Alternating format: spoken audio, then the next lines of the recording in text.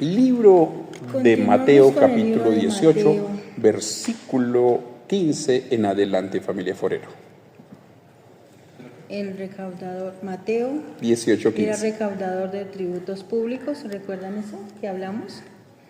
Que Mateo era por excelencia el evangelio de la iglesia, a la iglesia, era escrita para instruir, hablábamos de eso, ¿no? Era escrito para instruir acerca de Jesucristo al pueblo de Dios. Hablábamos que Mateo era un hombre muy dispuesto e interesado en recopilar y presentar el escrito y los pensamientos de Jesús, dejarlos bien plasmados ahí para que la gente pudiera entender eso. Mateo era evangelista, y pues hablábamos que el libro de Mateo nos muestra que nos hablaba de que Jesús era el Hijo de Dios, el Mesías, esperado por el pueblo judío. También habla de la descendencia de David, que Jesús era de la descendencia de David, habla de las profecías mesiánicas. También habla directamente del Sermón del Monte, también habla del ministerio de Jesús, del apostolado cristiano, o sea, cuando Jesús escogió a los apóstoles, todo eso habla del libro de Mateo. También habla del reino de los cielos, también habla de la vida de la comunidad cristiana, que eso es lo que estamos hablando en este momento. O sea, todo lo que estamos explicando hasta ahora es la vida de la comunidad cristiana, o sea, cómo era la comunidad cristiana en el tiempo de Jesús y lo que sucedía y todo eso. Entonces estábamos explicando el libro de Mateo capítulo 18, versículo 15, que estábamos hablando de cómo se debe perdonar al hermano. ¿Se acuerda que hablamos de que 70 veces 7 y hablamos y explicamos esa parte? Hay algo muy importante, qué pena pastoral, interrumpo un segundito. Muy importante que debemos aprender de esto que es el libro de Mateo, Marcos, Lucas y Juan. Estamos en el libro de Mateo. Son enseñanzas para nuestra buena conducta delante de Dios. Son enseñanzas para nuestra buena conducta delante de Dios. La mayoría. Además de enseñanzas, también podemos ver varios testimonios de lo que Jesús hizo, ¿no es cierto? Y también podemos ver palabras proféticas de lo que va a suceder. ¿Listo? Continúa, pastora. Gracias. Entonces hablamos de cómo se debía perdonar y luego viene el capítulo 18, 23, donde habla de los dos deudores. Vamos a explicar también esa parte. Dice: por lo cual el reino de los cielos es semejante a un rey que quiso hacer cuentas con sus siervos. Y comenzando a hacer cuentas, le fue presentado uno que le debía 10,000 talentos. Mateo 18, 23. Y a este, como no pudo pagar, ordenó su señor venderle y a su mujer e hijos y todo lo que tenía para que se le pagase la deuda. Entonces aquel siervo postrado le suplicaba diciendo: Señor, ten paciencia conmigo, yo te lo pagaré todo.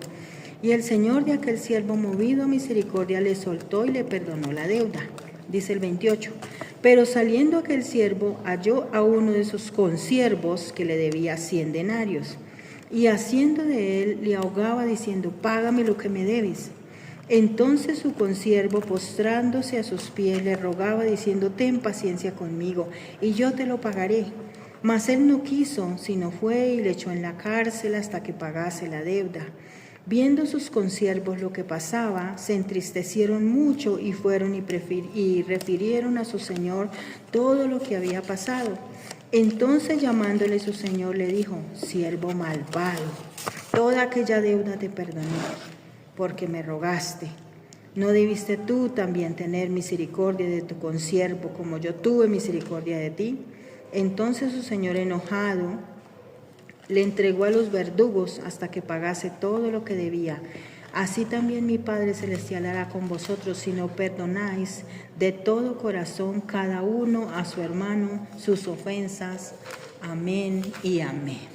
Dijo la pastora, tremenda palabra. Tremenda, ¿no? Palabra, porque está hablando aquí también de perdonar, o sea, está hablando del perdón, de lo que se debe hacer. Dios me perdona a mí, ¿por qué yo no voy a poder perdonar a otro? A veces uno, me decía alguien, es que yo no puedo perdonar, es difícil para mí, yo no puedo. Pero resulta que Dios sí pudo, Jesús sí pudo.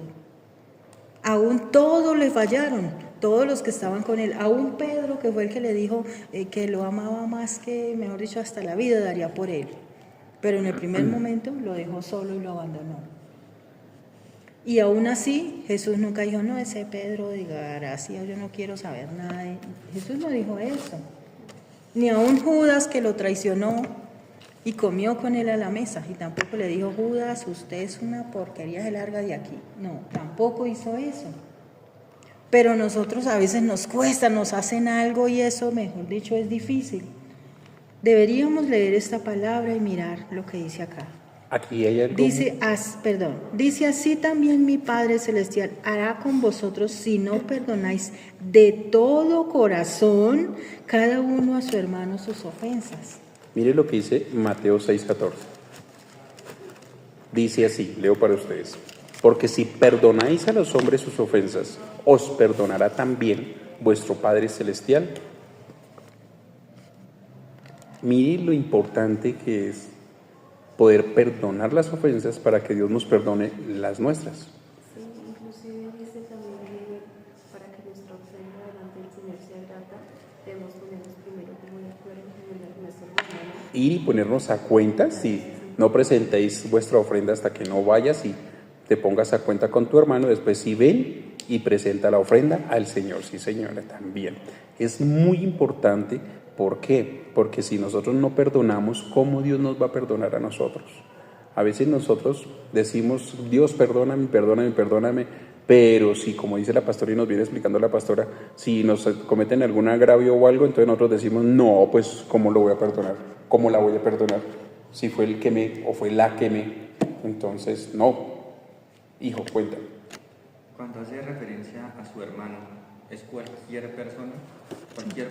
Cuando somos hijos de Dios, que sea hermano de sangre o que sí, sea señor, familiar, que sea un hijo, que sea el que claro. sea. Hay algo muy importante. Sí, hay algo muy importante con esa. Con esa parte que ese es su hermano. Sí, hay una parte muy importante de la cual haces referencia tú ahí, porque nosotros decimos al hermano. O sea, el hermano es mi hermano de sangre.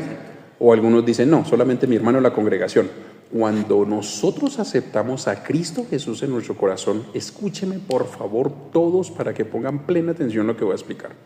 Cuando aceptamos a Cristo Jesús en nuestro corazón, casi que la humanidad completa pasa a ser nuestro hermano. ¿Por qué casi, pastor? Toda la humanidad. Toda la humanidad. Los vecinos, el amigo, el enemigo. ¿Cuáles son? ¿Por qué dice casi? ¿Por qué no todos? Porque hay unos que niegan a Dios, niegan a Jesús, niegan al Espíritu Santo. Ellos sí no son nuestros hermanos. Bueno, entonces hay que tener mucha atención en esto.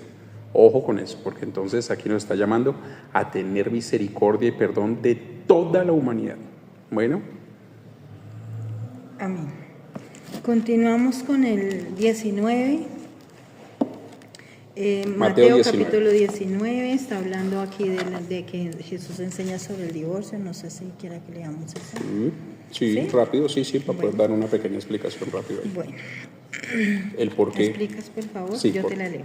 Bueno. Porque el Señor enseña sobre el divorcio si no era casado, ¿verdad? Bueno, dice el 19, capítulo 19, dice Jesús enseña sobre el divorcio. Dice, aconteció que cuando Jesús terminó estas palabras, se alejó de Galilea y fue a las regiones de Judea, al otro lado del Jordán. Y le siguieron grandes multitudes y los sanó allí. Entonces vinieron a él los fariseos, tentándole y diciéndole, ¿es lícito al hombre repudiar a su mujer por cualquier causa? Y él respondiendo les dijo, ¿no habéis leído que el que los hizo al principio, varón y hembra los hizo? Y dijo, por esto el hombre dejará a su padre y a su madre y se unirá a su mujer y los dos serán una sola carne. Y dice el 6, así que no son ya más dos, sino una sola carne. Por tanto, lo que Dios juntó, no lo separe el hombre. Le dijeron, ¿por qué pues mandó Moisés a dar carta de divorcio y repudiarla? Él les dijo, por la dureza de vuestro corazón, Moisés os permitió repudiar a vuestras mujeres, mas al principio no fue así. Y yo os digo que cualquiera que repudia a su mujer, pues salvo por causa de fornicación, y se casa con otra, adultera, y el que se casa con la repudiada, adultera. Y le dijeron sus discípulos: si así es la condición del hombre con su mujer, no conviene casarse. Entonces él les dijo: no todos son capaces de recibir esto, sino aquellos a quienes es dado. Pues hay eunucos que nacieron así del vientre de su madre, y hay eunucos que son hechos eunucos por los hombres, y hay eunucos que asimismo se hicieron eunucos por causa del reino de los cielos. El que sea capaz de recibir esto, que lo reciba. Tremendo, Amén. increíble. ¿Por qué el Señor habló de divorcio si no era casado? Sencillo, Él es nuestro Padre, Él es el que tiene toda la enseñanza para darnos, número uno. Número dos, Jesús era su Hijo, entonces Él recibió toda su sabiduría para podernos enseñarnos a nosotros. Y tercero, y lo parte no menos importante, que es Dios nos está diciendo acá que nadie puede repudiar a su mujer. ¿Qué es repudiar? Odiar. Ah, no, es que yo me voy a separar porque la odio. Ah, no, es que yo... Dice, porque, salvo por causa sí, de porque son cosas muy tocantes hoy en día de lo que voy a decir. No, es que ella no me obedece. No, es que yo me separo porque ella a mí no me escucha. No, es que yo me separo porque es que ya no me gusta. No, es que yo me separo porque es que ya no me entiende. No, es que yo... Y sacamos una cantidad de excusas y hoy en día la ley lo admite. Dice, ah, sí, dale, listo, perfecto. Pero ¿qué pasa cuando es por esa causa que yo me separo? Hay adulterio cuando yo me junto con la otra persona que ya no es la que era mi esposa. Hay adulterio, hay fornicación. ¿Y por qué? Porque realmente pasa a cambiar el estado natural de Dios. Dice el Señor, ¿acaso no leíste? ¿Acaso no escuchaste lo que Moisés nos enseñó? ¿No es cierto? Que no había solamente que separarse por repudiar, a no ser por causa de fornicación. Y el Señor Jesús vuelve y lo sostiene, a causa de fornicación. Fornicación es de que la persona ya esté, verbigracia, la persona que está compartiendo con uno, tenga otra persona y esté compartiendo intimidad corporal. Ahí sí ya suelta, ya quedó, bien sea él o bien sea ella. Porque a veces decimos, no, solamente las mujeres. No, esto es para ambos. Esto es hombre y mujer. Eso sería como una de las razones por las cuales uno, digamos, que podría divorciarse. Divorciarse, sí, o sea, ya dentro del... Pero, digamos, ¿y si hablamos de perdón? ¿Es qué? ¿Y si hablamos de perdón en esos casos? Lo que pasa es que en ese caso el perdón no es que sea difícil. Lo que pasa es que es muy duro. O sea, la persona difícilmente puede perdonar ese acto y puede caer en el error de decir, me quedo simplemente para hacerle lo mismo posteriormente. Porque pues digamos que hoy en día se ve mucho eso, ¿no? Que digamos que hay muchas infidelidades entre parejas. Sí.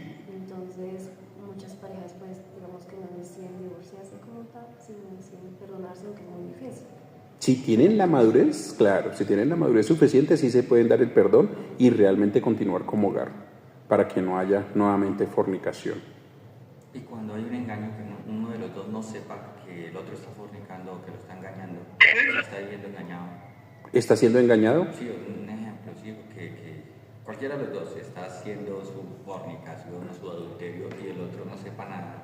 Es difícil no saber, ¿no? Es difícil no saber porque uno cuando comparte realmente su cuerpo con su pareja, uno sabe cuándo la persona realmente quizás está ya por otro lado buscando complacencia corporal.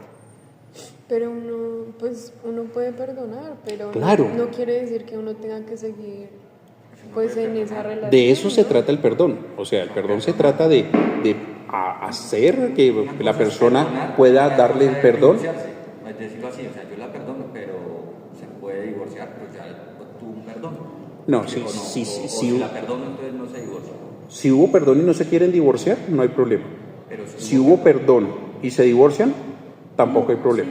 Igual la perdonó. Sí. Claro, porque ya queda su corazón sano.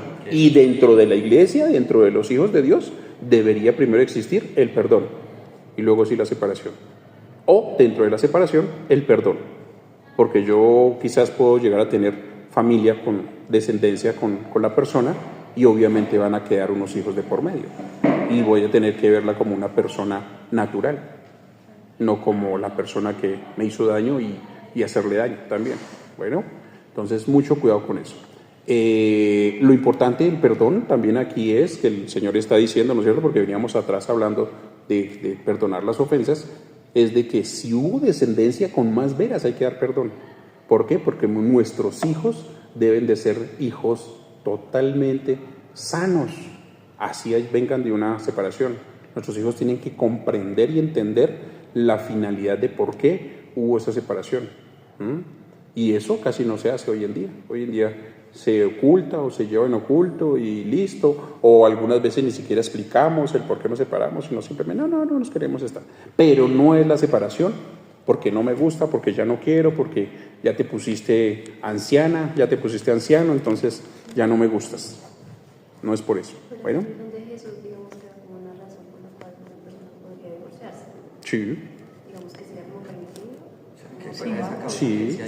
Que fuera esa causa. Que fuera esa causa, sí, claro.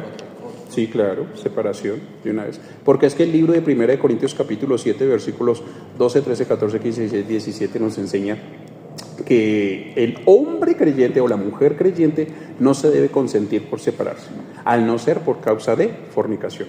Vuelve y nos explica esta parte. ¿Listo? Listo, mi amor. No sé si tengan alguna pregunta.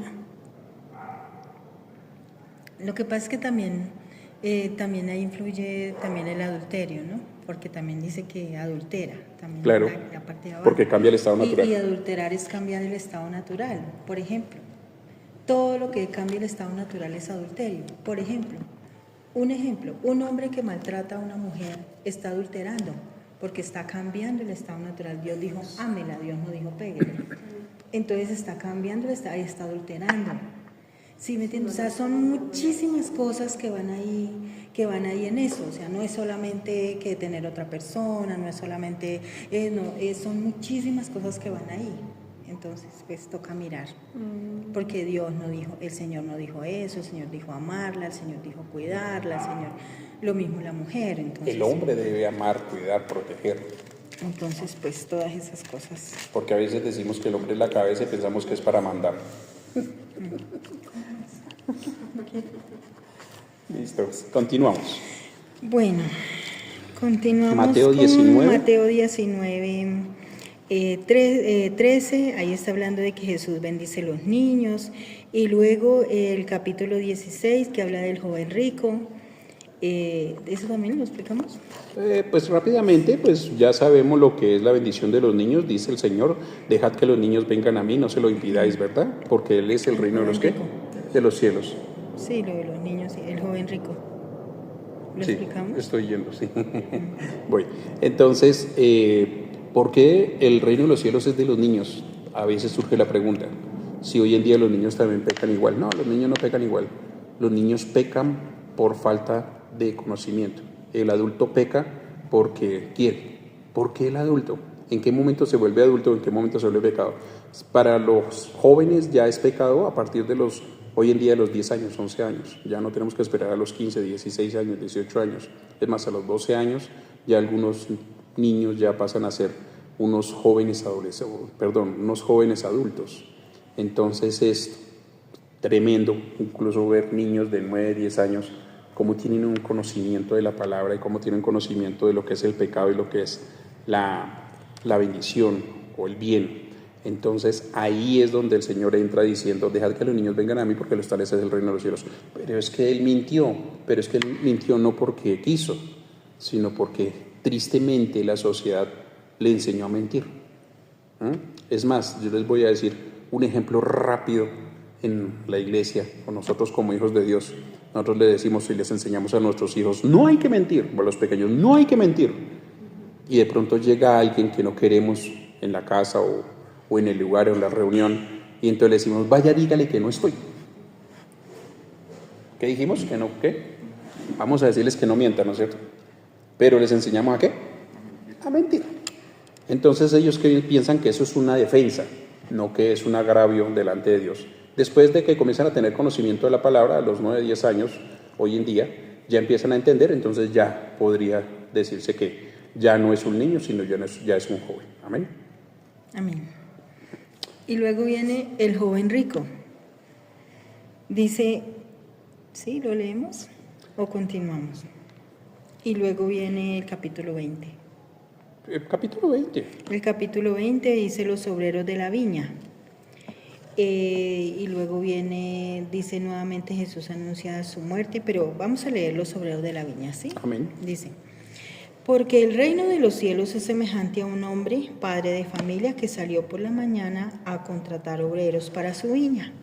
Dice, y habiendo convenido con los obreros de 1 denario al día, les envió a su viña. Y saliendo cerca de la hora tercera del día, vio a otros que estaban en la plaza desocupados. Y les dijo, id también vosotros a mi viña, y os daré lo que sea justo. Y ellos fueron. Y salió otra vez cerca de la hora sexta y novena, e hizo lo mismo. Y saliendo cerca de la hora 11, halló a otros que estaban desocupados, y les dijo, ¿por qué estás aquí todo el día desocupados? Y le dijeron, porque nadie nos ha contratado. Y él les dijo, id también vosotros a la viña, y recibiréis lo que sea justo. Dice el 8, cuando llegó la noche, el señor de la viña dijo a su mayordomo, llama a los obreros y págales el jornal. Y comenzando desde el postrero hasta los primeros, y al venir los que habían ido cerca de la hora 11, recibieron cada uno 1 denario. Y al venir también los primeros pensaron que habían de recibir más, pero también ellos recibieron cada uno 1 denario. Y al recibirlo, murmuraban contra el padre de familia, diciendo, estos postreros han trabajado 1 sola hora y los has hecho iguales a nosotros, que hemos soportado la carga y el calor del día. Y él respondiendo dijo a uno de ellos, amigo, no te hago agravio, ¿no conviniste conmigo en 1 denario? Toma lo que es tuyo y vete, pero quiero dar a este postrero como a ti. ¿No me es lícito hacer lo que quiero con lo mío? ¿O tienes tu envidia porque yo soy bueno? Así los primeros serán postreros y los postreros primeros, porque muchos son los llamados, mas pocos los escogidos. Amén y amén. Dijo Juliana, los chiquitos serán grandes y los grandes serán chiquitos. Los primeros serán los postreros. Entonces, O sea, ¿de qué eso está hablando acá? De la salvación. Eso es la salvación. O sea, de eso es lo que está hablando acá.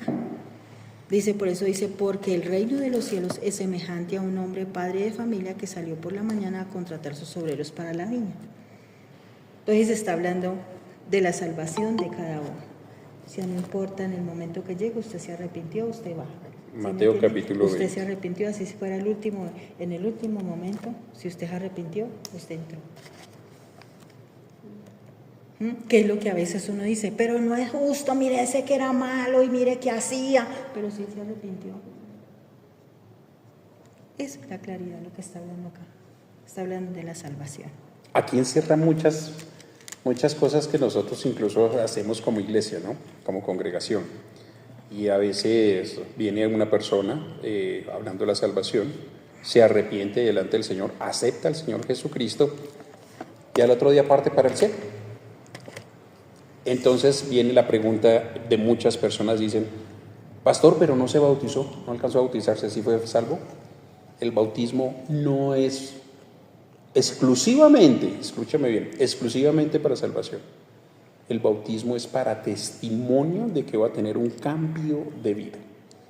Para eso es el bautismo, ¿listo? Número 2, obviamente vamos a poder adquirir mejor la salvación porque vamos a entender que vamos a tener un cambio. Número 2, a veces aquí, porque es que dice que los primeros serán postreros, los postreros serán primeros, y les pagó lo mismo a los que llegaron a trabajar apenas 2 horas que a los que trabajaron las 8 horas, y hubo como esa envidia, digámoslo así. Y nosotros no podemos tener ese momento de envidia, porque eso sería como desearlo del prójimo. Y no debe ser así, porque acuérdese que ese es parte del 10º mandamiento. Entonces no hay que desearlo del prójimo. Entonces, bien, si el Señor tuvo compasión de la persona y se arrepintió, pues bueno, gloria a Dios. Y si lo aceptó el Señor Jesucristo, pues ¿quién soy yo para juzgar? ¿Acaso soy yo más que Jesús? ¿Acaso yo soy el que tengo que decir quién es salvo y quién no es salvo? ¿Y quién no debe ser llevado al cielo? Esa es una parte muy complicada en nuestra vida, porque nosotros somos buenos para juzgar y buenos para condenar a la gente. Esa no debería ser salva. Esa no debería ser salva. Por ese acontecimiento. Exacto. Amén. Entonces ahí es lo que nos está explicando. Gracias, pastora. Continuamos con Continuamos, dice el Mateo 20, 17, dice que habla nuevamente, Jesús anuncia su muerte, luego dice petición de Santiago y Juan, y luego dice los 2 ciegos reciben la vista,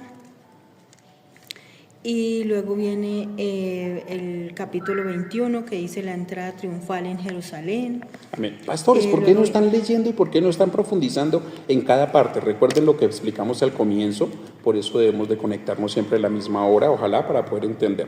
Acuérdense que explicamos que el libro de Mateo era testimonios, ¿no es cierto? Era comportamientos nuestros que nos explicaba cristiana, y también lo que es nuestra vida o la comunidad con Cristo Jesús. Amén. Sí, luego viene el capítulo 21, que habla de la entrada triunfal en Jerusalén, la purificación del templo, la maldición de la higuera estéril.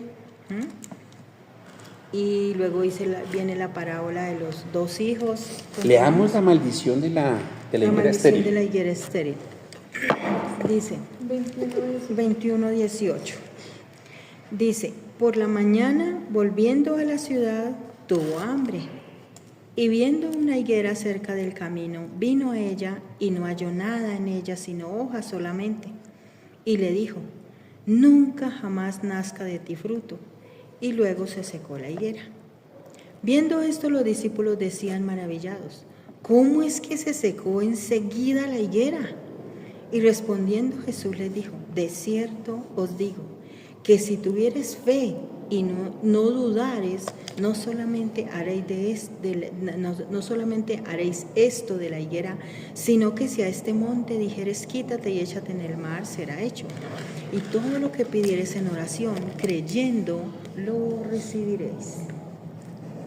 Tremendo, tremendo, porque nosotros tenemos el poder de la lengua, conforme nos explica el libro de Santiago capítulo 3, ese poder en la fe, o sea, creyendo. Si nosotros confesamos algo creyendo, lo vamos a recibir.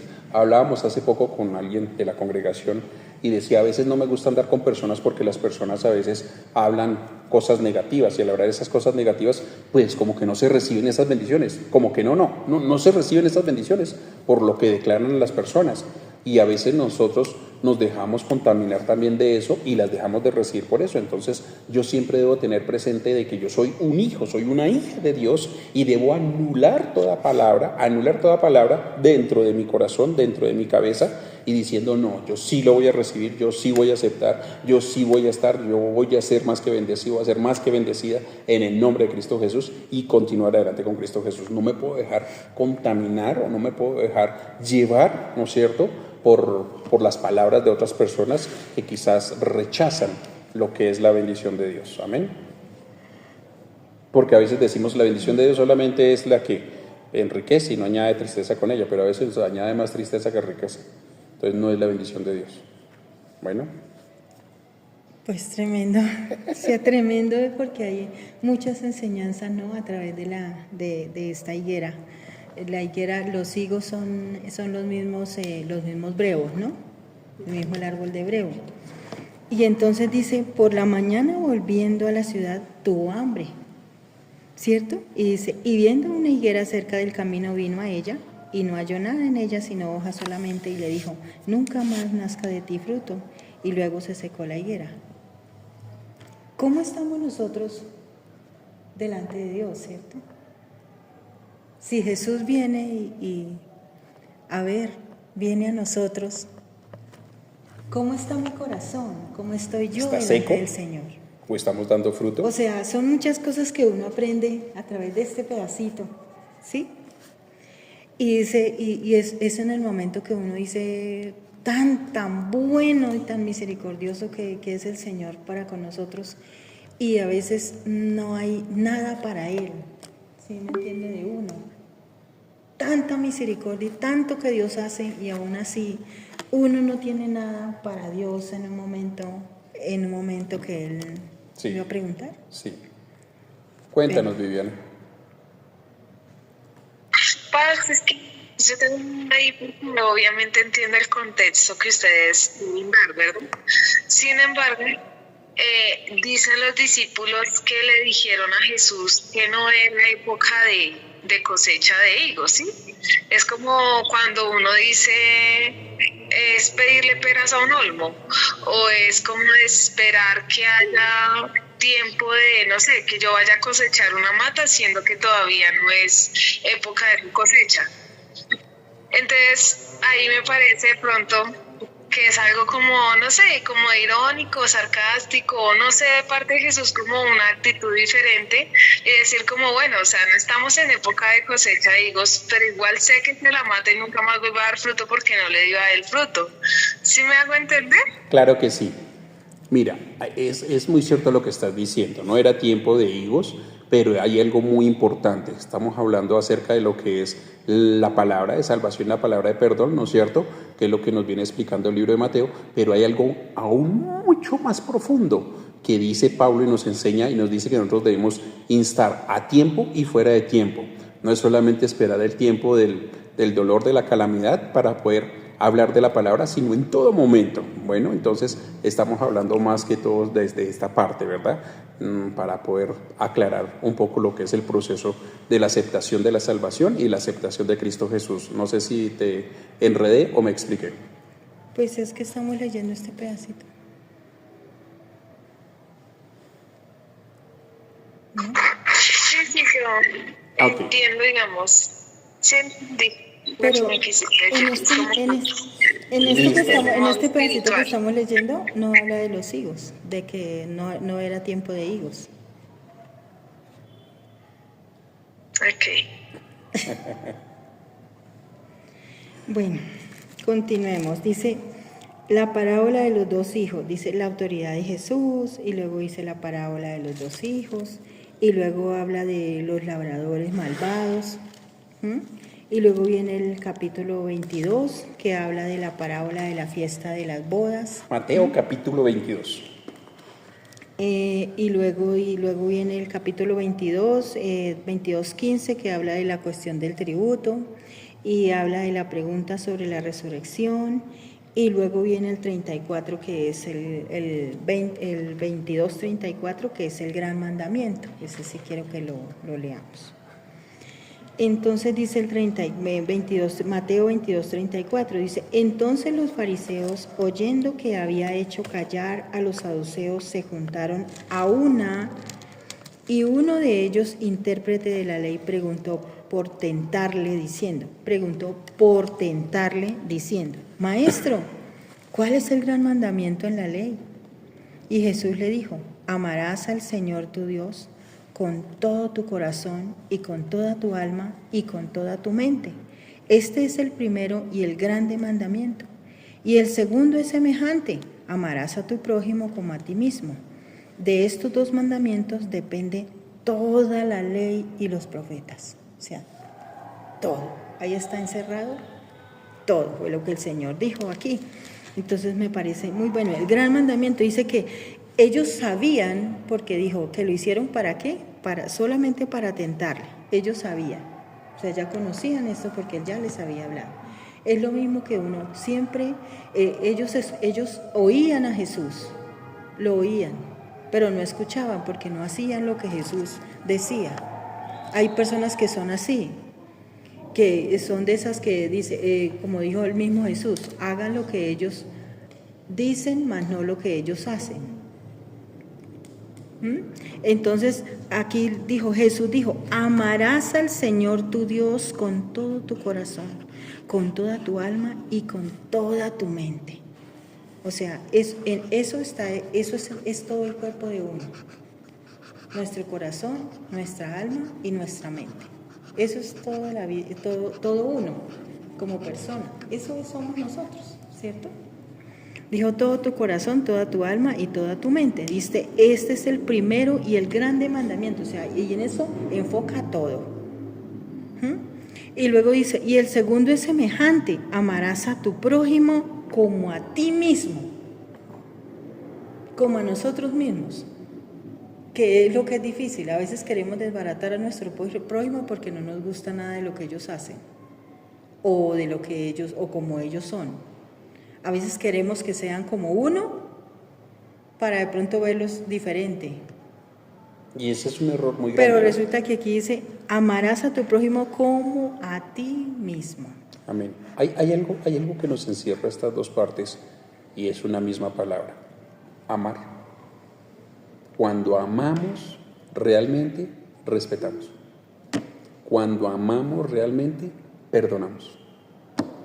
Cuando amamos, realmente, miren, no importa lo que suceda, somos capaces de hacer lo que es imposible para poder continuar adelante cuando se ama.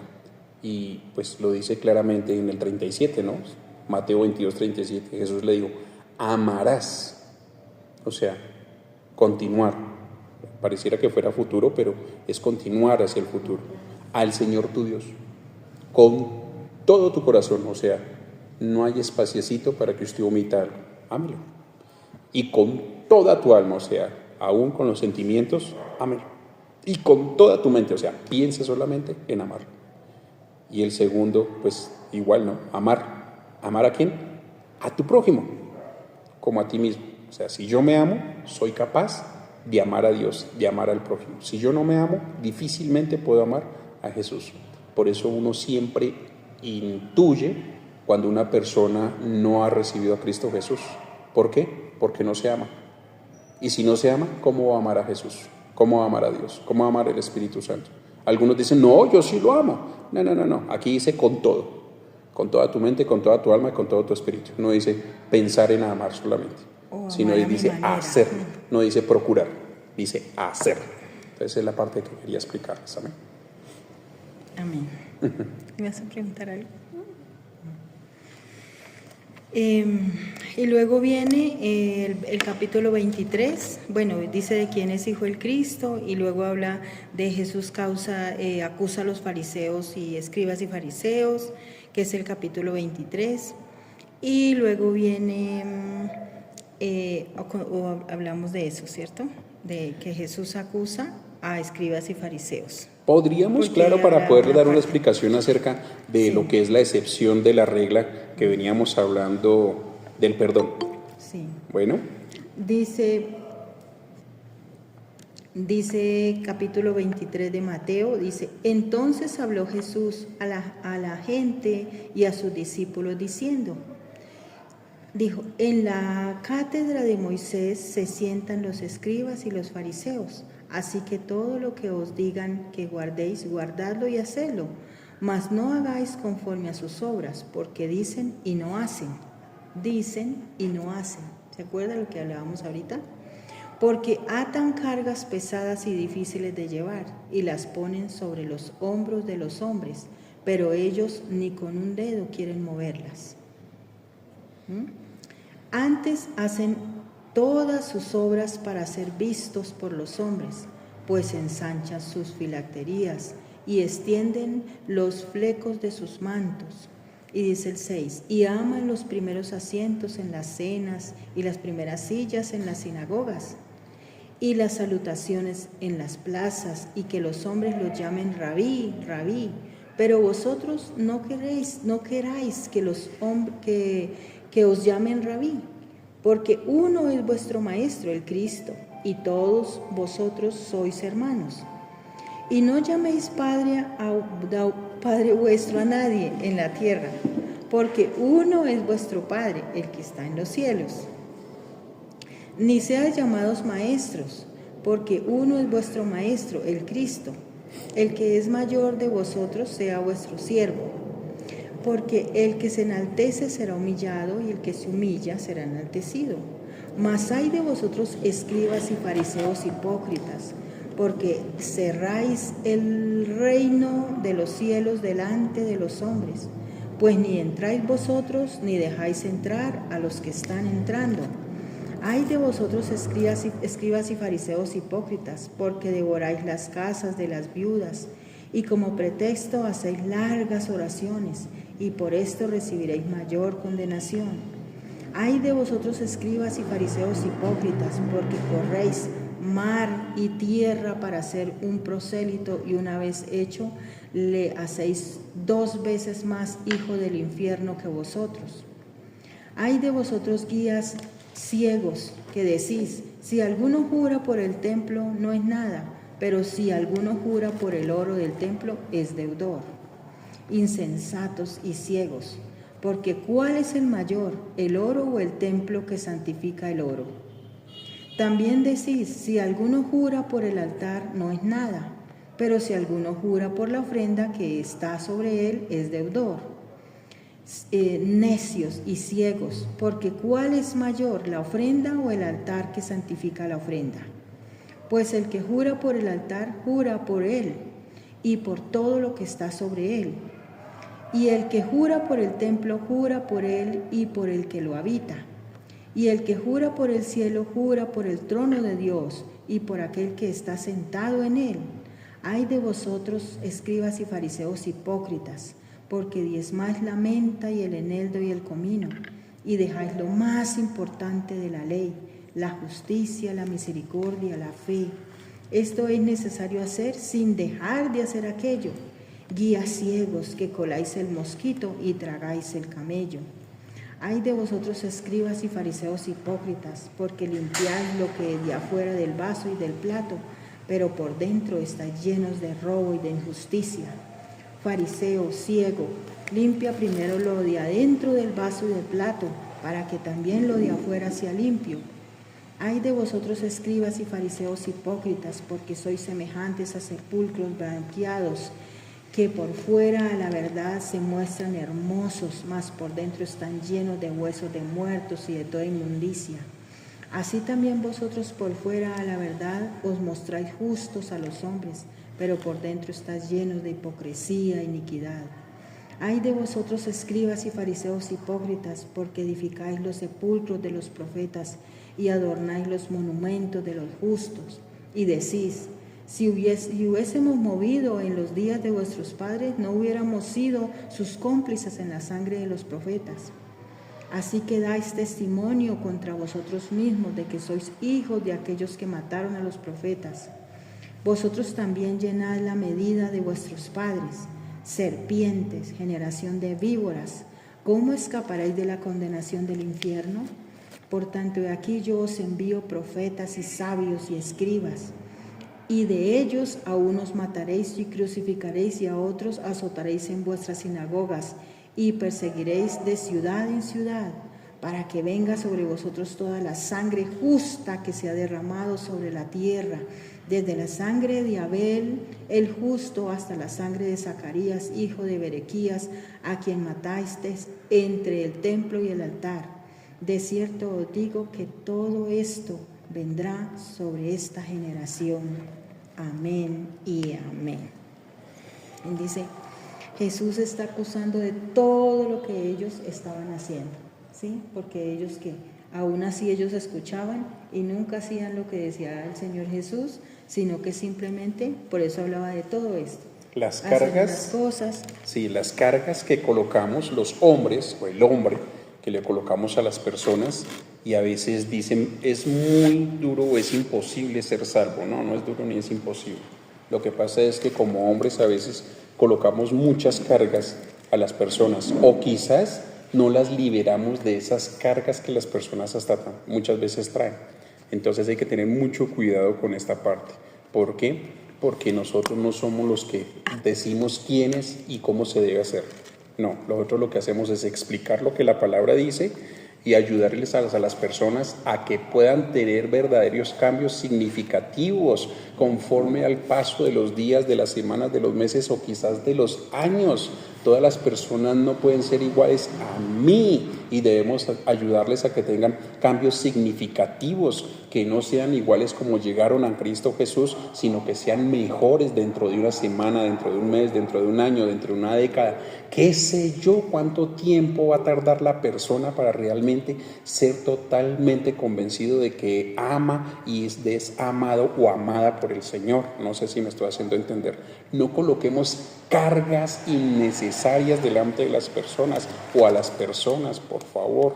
Quitémonos esa mentalidad tan religiosa que a veces nos tenemos o mandamos en nuestros pensamientos. Seamos como ese evangelio que Jesús presentó. Jesús presentó un evangelio sencillo, claro, dinámico, activo, porque esa fue la manera que presentó el Señor Jesús el evangelio, para poder llegar a comprenderlo, el propósito de la salvación, de mi salvación.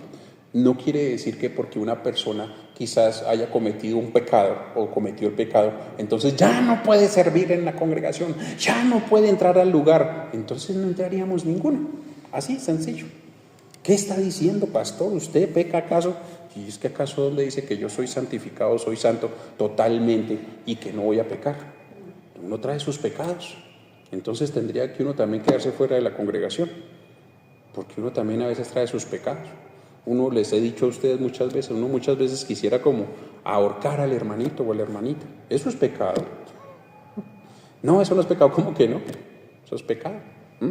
A veces uno se le salta por ahí las rabietas y pues uno no es tan santo para decir que no peca. Y uno peca de pensamiento. Ay, pero si yo pudiera, cogería, lo ahorcaría, la ahorcaría, la estutanaría. Mejor lo mandaría para el infierno. ¿Quién soy yo para mandar a las personas al infierno? Dígame si eso no es pecado. Entonces, mucho cuidado con colocar cargas innecesarias que Dios no está enviando. Bueno, procuremos leer la Biblia al pie de la letra, pausadito, con calma, para saber qué es lo que debo dejar de hacer y qué es lo que debo empezar a hacer para ser más amado por Jesús y bendecido por Él. Amén. Continuamos con 23:37. Dice el lamento de Jesús sobre Jerusalén. Dice: Jerusalén, Jerusalén, que matas a los profetas y apedreas a los que te son enviados. ¿Cuántas veces quise juntar a tus hijos como la gallina junta sus polluelos debajo de sus alas, y no quisiste? Dice: aquí vuestra casa os es dejada desierta, porque os digo que desde ahora no me veréis hasta que digáis: bendito el que viene en el nombre del Señor. Amén. Tremendo, como yo digo. Lamento de Jesús sobre Jerusalén. Yo siempre, dijo Jesús, yo siempre te he amado, ha sido importante para mí, he querido cuidarte, he querido darte lo mejor, he querido que estés ahí conmigo, pero aún así no has querido, o sea, no acepta nada, no le gusta nada. Amén. Aquí tenemos algo muy hermoso, ¿no? Porque dice Jerusalén. ¿Qué es Jerusalén para Dios? Su pueblo. Su pueblo amado.